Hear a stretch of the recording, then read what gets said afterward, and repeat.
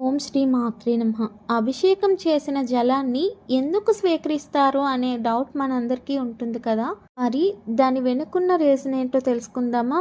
మన సాంప్రదాయాల వెనుక నిగూఢంగా ఆరోగ్య సూత్రాలు ఉన్నాయి.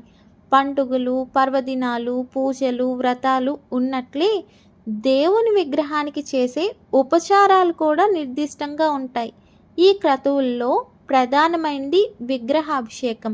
దేవుని విగ్రహానికి స్వచ్ఛమైన నీటితో అభిషేకం చేస్తారు.